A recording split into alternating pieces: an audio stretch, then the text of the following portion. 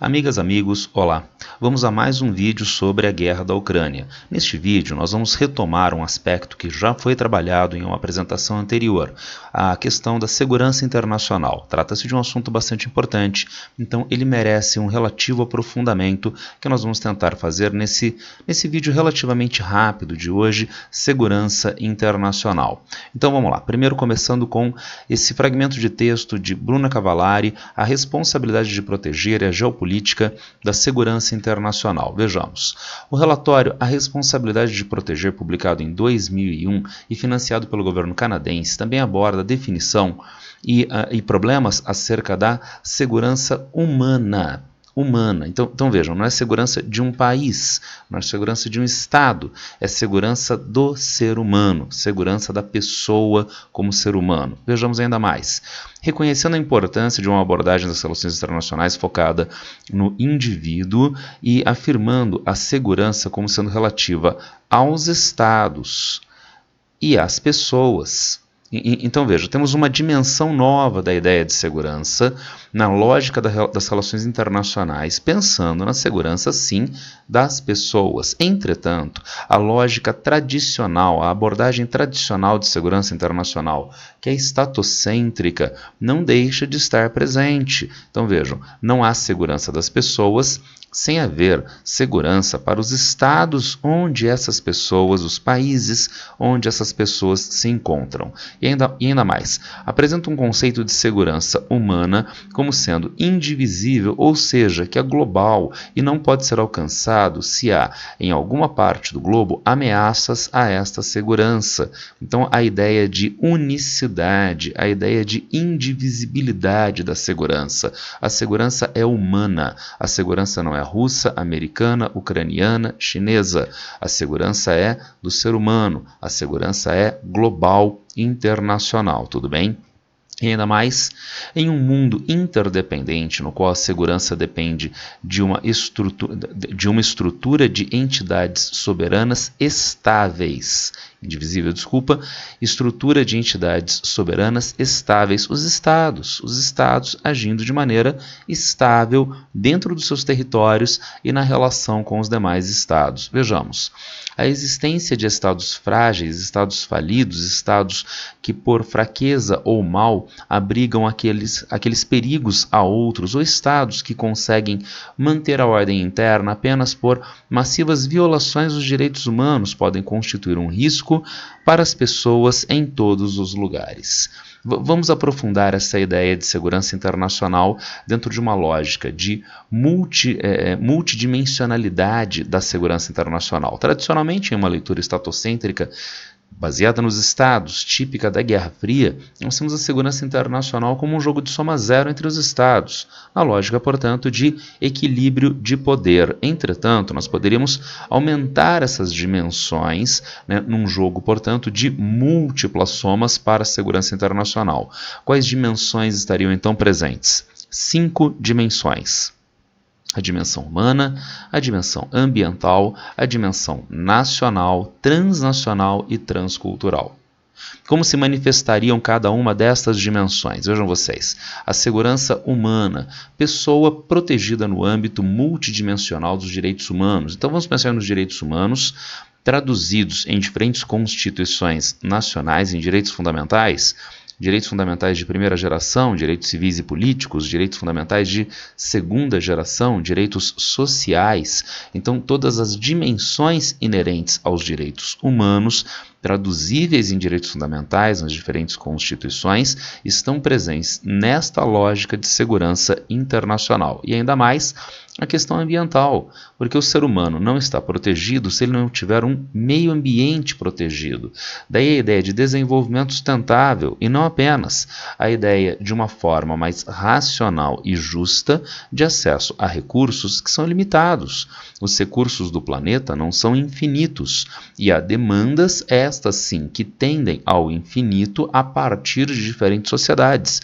Há que se ter uma forma regular, racional e justa de exploração destes recursos para a segurança internacional, inclusive para a segurança das pessoas. Então já vejam como estas dimensões se interpenetram. Mas ainda a segurança nacional propriamente, que foi citado no slide anterior, Estado, monopólio do uso da força, em oposição aos estados falidos, estados que não têm mais condições de manter as condições de existência das suas próprias populações. Eu coloquei aqui para vocês um exemplo do Haiti. Haiti, que no final dos anos 1990, início dos anos 2000, estava assolado por problemas econômicos, instabilidade política, atuação de milícias armadas contra o próprio governo e que coagiam as suas populações. Dentro deste ambiente de pobreza e instabilidade política, o país também era frequentemente assolado por desastres naturais, como furacões, como terremotos, traduzindo a ideia de estados falidos que atentam contra as condições de existência dos seus próprios cidadãos, mas, ainda mais, atentam contra a segurança internacional, a segurança mundial. Transnacional, essa dimensão está ligada ao crime organizado, ao terrorismo, ao tráfico de pessoas. E, portanto, transcende o limite de um Estado nacional, o território estatal nacional, e pode afrontar a segurança internacional mundial. E, finalmente, a ideia da transculturalidade. Então, nós vivemos em um mundo no qual há diferentes civilizações, há diferentes formações culturais, que têm legitimidade de existência.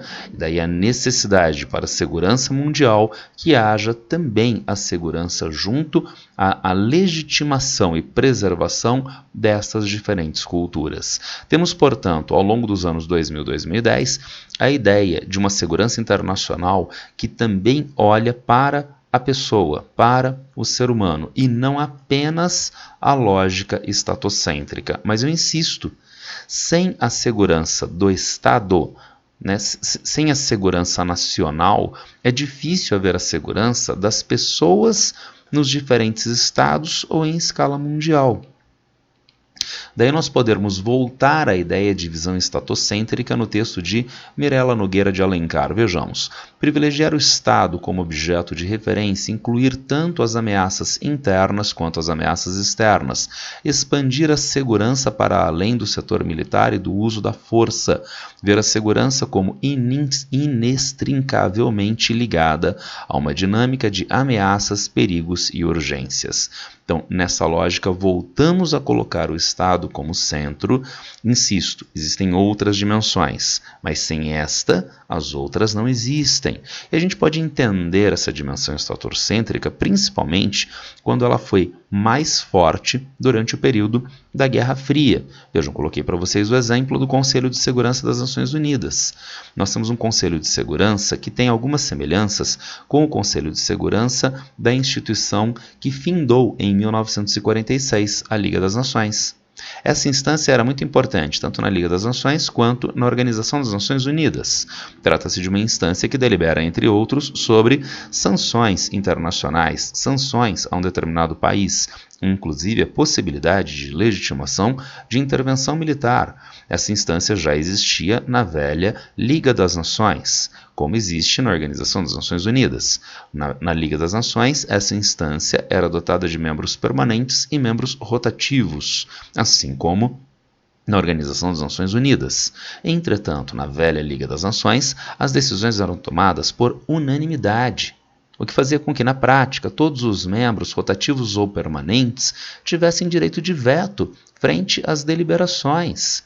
E isto emperrava, tornava menos operante o Conselho de Segurança da Liga das Nações, o que foi apreendido pelo Conselho de Segurança da Organização das Nações Unidas. As maiores potências vencedoras do pós-guerra é que têm poder de veto no Conselho de Segurança da ONU. Estados Unidos, União Soviética, hoje Rússia, China, França e Reino Unido. Notem, cada uma dessas potências demandaria um poder absoluto, só ela ter poder de veto ou ela não ser constrangida do ponto de vista formal, legal, por nenhuma outra potência. Agora, isto afrontaria, geraria insegurança entre estas mesmas potências. Como se resolve isto? através de uma estabilização institucional de estas 5 grandes potências vencedoras do pós-guerra serem dotadas deste privilégio de direito de veto no Conselho de Segurança. A gente pode entender isto novamente através do que foi aprovado no Conselho de Segurança em 1968, o Tratado de Não Proliferação de Armas Nucleares. Ele gera obrigações aos membros aderentes não detentores de armas de destruição em massa nucleares, isto é, fiscalização periódica através da Agência Internacional de Energia Atômica ligada à ONU para atestar que os membros que venham a aderir no TNP não desenvolvam armas de destruição em massa nucleares. E os membros dotados destas armas, sobre eles também pesa uma responsabilidade. A responsabilidade de não comercialização destas armas com outros países. A responsabilidade de não vender tecnologia para a produção de armas nucleares para outros países. Talvez fosse uma demanda da França, do Reino Unido, da China, dos Estados Unidos, da União Soviética, quando da aprovação do TNP em 1968, vender armas, vender tecnologia de produção de armas nucleares para outros países, criando, quem sabe, esferas de influência nucleares diretamente ligadas a qualquer uma dessas potências, como eu sugeri antes para o próprio funcionamento do Conselho de Segurança. Uma iniciativa de qualquer uma dessas potências nucleares geraria insegurança frente às demais e uma situação de risco. Então, a lógica de segurança não é a lógica da segurança francesa, do poder francês, mas da França, do Reino Unido, dos Estados Unidos, da China, da União Soviética, hoje Rússia, tanto no Conselho de Segurança quanto no Tratado de Não Proliferação de Armas Nucleares. Então isso é muito importante de se ter em vista para nós entendermos afrontas que se estabelecem à ideia de segurança internacional no episódio de guerra da Ucrânia. Nós já vimos em um outro vídeo este mapinha. Uma mapinha de expansão da organização remanescente da Guerra Fria, a OTAN. A gente tinha 2 organizações militares importantes na Guerra Fria, uma liderada pelos Estados Unidos, a OTAN, e outra liderada pela União Soviética, o Pacto de Varsóvia. A União Soviética não existe mais, o Pacto de Varsóvia deixou de existir. A Guerra Fria não existe mais, mas a OTAN continua a existir, uma aliança militar em busca de um inimigo, em busca de um adversário, e em constante processo de expansão sobre antigos países da Europa Oriental e já na fronteira com a Rússia, no caso das repúblicas bálticas e da Ucrânia. Então, já trabalhamos isso em um outro vídeo. É bem-vindo do ponto de vista da segurança que uma potência militar coloque as suas tropas nas fronteiras com a outra potência militar. Pode ser uma demanda americana. É uma demanda russa? Não. Não é uma questão de quem tem razão, Rússia ou Estados Unidos. De novo, o conceito de segurança internacional. Se uma potência está se sentindo ameaçada, ela vai reagir violentamente, de diferentes formas. Então não é bem-vindo para a segurança internacional que haja esta fricção, né, da OTAN nos países bálticos na fronteira com a Rússia e ainda mais na Ucrânia, que tem uma fronteira bem mais extensa do que a das repúblicas bálticas somadas. Ucrânia, que nós já vimos, em outra apresentação, foi objeto, junto a outros países, de revoluções coloridas, o que mostra, sim, uma iniciativa por parte das potências ocidentais de avançar, dos Estados Unidos em especial, de avançar até as fronteiras da antiga União Soviética, ou melhor, da Rússia na atualidade, especialmente agora com a Ucrânia. Ucrânia, que vejam, é um país que não apenas é fronteiriço com a Rússia, mas é um país dividido. Então, quando a imprensa nos diz a Ucrânia está resistindo e a população está a favor do governo da Ucrânia, que população é esta? Sendo que nesta metade do território ucraniano, de 20% a 50% ou mais de 50% da população é ligada à cultura russa, é ligada ao idioma russo. E vejam, inclusive na localidade de Odessa, que fica aqui no Mar Negro, no sul, né, no litoral do Mar Negro, no sul da Ucrânia. E o que aconteceu em Odessa em 2014? Vejam, protestos pela federalização da Ucrânia. Em 2014 tinha havido golpe de Estado que derrubou o presidente Viktor Yanukovych e colocou no seu lugar, a partir de breves eleições, Poroshenko. O Yanukovych não era anti-russo. Há quem diga que ele fosse um presidente pró-Rússia. Ele não era, com certeza, anti-russo. E ele tinha enraizamento político nessas regiões orientais da Ucrânia, nessas regiões de maioria de população russa. Foi derrubado em um golpe de Estado. E o novo governo passou, junto a grupos fascistas na sociedade ucraniana, a patrocinar perseguições contra as populações russas. Em Odessa, aqui no sul da Ucrânia, um movimento pacífico que pressionava o governo pela federalização, isto é, pela concessão de uma autonomia política mais significativa para as diferentes partes constituídas, para que a russofobia não avançasse no território ucraniano. E como as autoridades de Kiev reagiram, e como as milícias fascistas reagiram violentamente contra os manifestantes que buscaram abrigo na casa dos sindicatos, mas que foi incendiada pelos manifestantes fascistas. 30 pessoas morreram asfixiadas dentro do prédio. 8 pessoas que pularam pelas janelas tentando fugir morreram na queda ou morreram espancadas pelos manifestantes à volta do prédio. Agora, é um país estável politicamente? Não.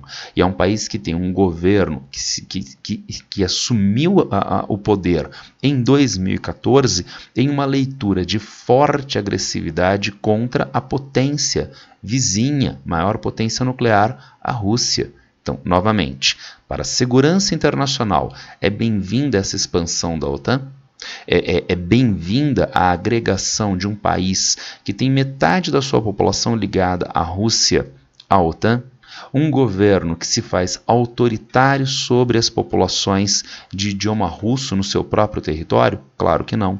E, portanto, estas ações que nós estamos vendo agora são em grande parte responsabilidade, melhor dizendo, pelos Estados Unidos.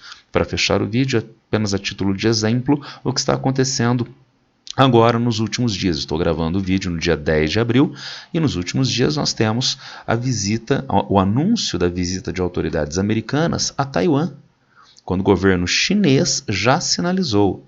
Esta visita extrapola uma linha vermelha estabelecida pela China. Trata-se de uma ilha autogovernada que a China demanda ter posse, soberania novamente, e isto pode acontecer a partir de negociações que ocorram entre China, entre as autoridades taiwanesas, né, e mediadas pela comunidade internacional. Quando a potência Estados Unidos busca, através das suas autoridades políticas, validar o governo que está em Taiwan, e inclusive sinalizando com Mike Pompeo, ex-secretário de Estado americano, que os Estados Unidos deveriam reconhecer Taiwan como um país independente, isso extrapola os limites do aceitável para a segurança internacional mundial. Vemos, portanto, os Estados Unidos, uma potência decadente no cenário internacional mundial, mas ainda uma potência, e, consequentemente, agindo de todas as formas com vistas a tentar manter o seu poder e, nesse sentido, aumentando significativamente os atritos no cenário internacional mundial, como nós já vemos na guerra da Ucrânia e como a gente pode vir a encontrar nos episódios no leste da Ásia entre China e Taiwan. Era isso que eu tinha para passar para vocês hoje. Se alguém tiver alguma dúvida, alguma pergunta, já sabe, é só me encontrar a qualquer tempo nas redes sociais. Abraço para todo mundo e boa sorte.